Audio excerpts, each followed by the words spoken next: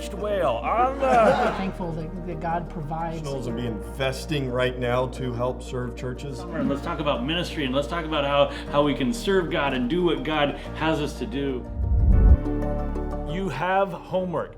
This was brought to my attention as we were going through this, that as we talk about serving churches, as we talk about, but we got to serve pastors, I think that you need some structured, like real, like it's not just an idea, but I think you've got to figure out how to find out from churches and pastors, what do they need? We talk about, we're gonna serve churches, we're gonna meet their needs, but what have we done to actually know what are the needs of churches?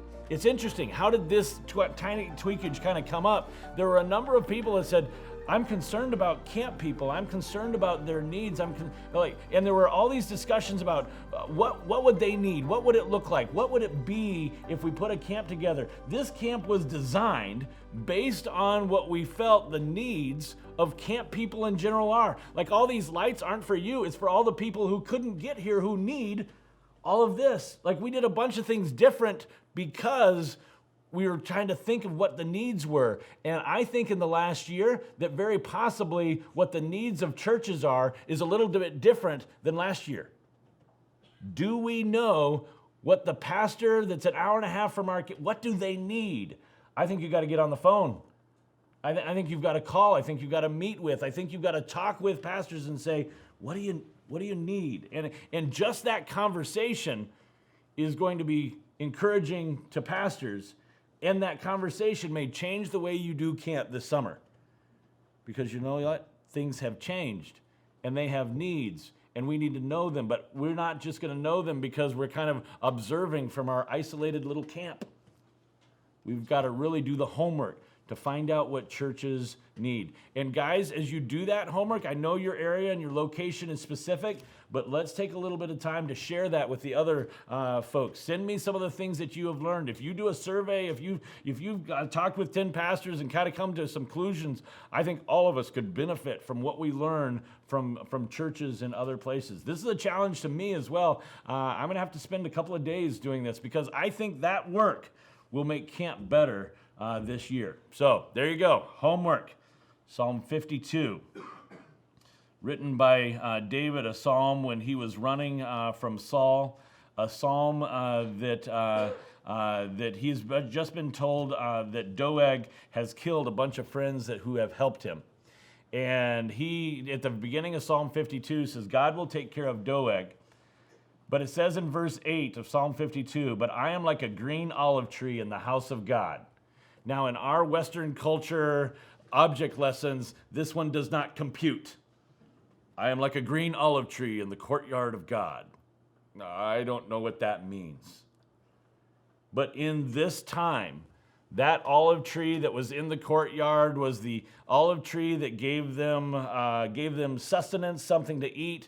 It was the shade tree. It was the tree that the kids played underneath. It was the shade tree. It was a tree that was in protection. It was a tree that didn't get battered by the wind. It was fed water by all the little, we're washing the dishes, and now that tree gets the extra water, that gets the extra care. That's the tree that is loved by kids as they climb around it and they play under it, and adults sit underneath. It's in the courtyard. It's in the protected environment. It's in the place in a desert society that is the place where you go outdoors and you just enjoy being with each other.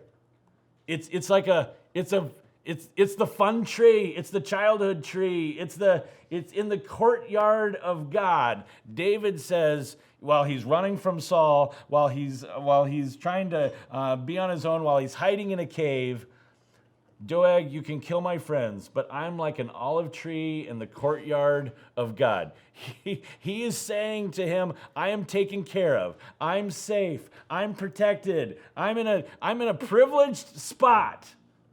I'm like an olive tree in the courtyard of God. So what do? What's my job?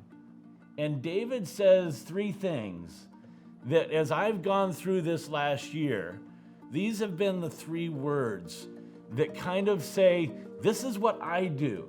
Because what many people ask you, so what are you going to do? What's going to happen next?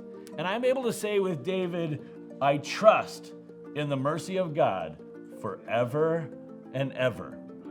I will praise you forever. How long is Corona going to last? It doesn't matter when you say things like, I trust in the mercy of God forever and ever. I will praise you forever because you have done it. What has God done? I mean, what's he referring to? He's referring to a tragic event. He's referring to a time in his life. This is not, no, he's saying, I will praise you for what you do, God. And in the presence of your saints, I will wait on your name, for it is good.